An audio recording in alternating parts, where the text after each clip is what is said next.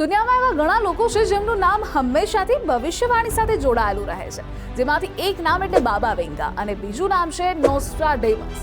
પણ ક્યારે એવું સાંભળ્યું છે કે કોમિક બુકમાં કરાયેલી ભવિષ્યવાણીના કારણે લોકોએ ડરવા લાગે અને શહેરમાં ફરવા જતા લોકોએ ટિકિટ પણ કેન્સલ કરવા લાગે? નથી સાંભળ્યું ને? આજે હું ધ્રુવિશા તમને જાણવા જેવુંમાં જણાવું મંગા કોમિક્સથી જાપાનને કેમ નુકસાન થઈ રહ્યું છે. મંગા એ જાપાનની લોકપ્રિય કોમિક્સ અથવા ગ્રાફિક નવલકથાઓ છે જે ચિત્રો અને વાર્તાઓ દ્વારા એક્શન, રોમેન્સ, કાલ્પનિક અને હોરર જેવી વિવિધ શૈલીઓ રજૂ કરે છે. તેઓ તમામ ઉંમરના લોકોમાં લોકપ્રિય છે અને જાપાની સંસ્કૃતિનો એક મહત્વપૂર્ણ ભાગ છે. હવે આ કોમિક્સના કારણે જાપાનની ચિંતા વધી ગઈ છે. જાપાનના રહસ્યમય મંગા કલાકાર અને ભવિષ્યવાણી કરતા તાત્સુકી આજે જાપાની બાબા વેંગા તરીકે ઓળખાય છે. તેમના પુસ્તક ધ ફ્યુચર આઈ સો દ્વારા તેમણે વર્ષો પહેલા કેટલીક ઘટનાઓની ભવિષ્યવાણી કરી હતી જે પાછળથી સાચી સાબિત થઈ, જેમ કે 2011ની જાપાન સુનામી, વૈશ્વિક રોગચાળાની લહેર, ભૂકંપ અને એશિયામાં આગની ઘટનાઓ. તેમની આ પ્રતિભાના કારણે હવે જુલાઈ 2025ની તેમની આગાહીએ વિશ્વને નવી ચિંતા આપી છે. તાત્સુકીના 2 દાયકા જૂના પુસ્તક ધ ફ્યુચર આઈ સોમાં જે આગાહીઓ કરી તેમાંથી ઘણી પહેલાથી જ સાચી પડી છે, પરંતુ હવે જુલાઈ 2025ને લઈ તેમની બીજી એક આગાહી, જેને જાપાનમાં જ નહીં પરંતુ તાઇવાન, ઇન્ડોનેશિયામાં પણ ચિંતાનું મોજું ફરી વળ્યું છે. હવે એ જાણીએ કે એ પુસ્તકમાં શું લખ્યું છે. રિયો તાત્સુકીના પુસ્તકમાં લખ્યું છે કે જુલાઈ 2025માં જાપાનના દક્ષિણ સમુદ્રમાં સમુદ્ર ઉકળવા લાગશે અને આ પછી પાણીની અંદર જ્વાળામુખી ફાટશે, જે ભયંકર સુનામીનું કારણ બનશે, જેથી જાપાનના દક્ષિણ ટાપુઓ, તાઇવાનના દરિયાકાંઠાના વિસ્તારો અને ઇન્ડોનેશિયાના કેટલાક ભાગોએ પ્રભાવિત થશે.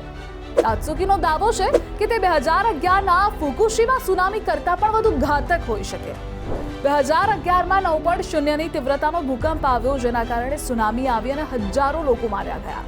તે સુનામીએ ફુકુશીમા દાઇચી પરમાણુ પાવર પ્લાન્ટને નુકસાન પહોંચાડ્યું હતું અને એટલે જો તૈયારીઓ ન કરવામાં આવી તો હજારો લોકો જીવ ગુમાવી શકે છે. હવે એ પણ જાણી લઈએ કે રિયો તાત્સુકી છે કોણ. તો જાપાનના બાબા વેંગા તરીકે ઓળખાતી રિયો તાત્સુકી એક મંગા કલાકાર છે. તાત્સુકીએ 2011ના ભૂકંપની આગાહી સાચી પડ્યા બાદ જાપાનમાં તે ખૂબ જ લોકપ્રિય બની. તેના વિશે એવું કહેવામાં આવે છે કે તેના સપના છે જે તે તેના મંગા કાર્ટૂન દ્વારા વ્યક્ત કરે છે.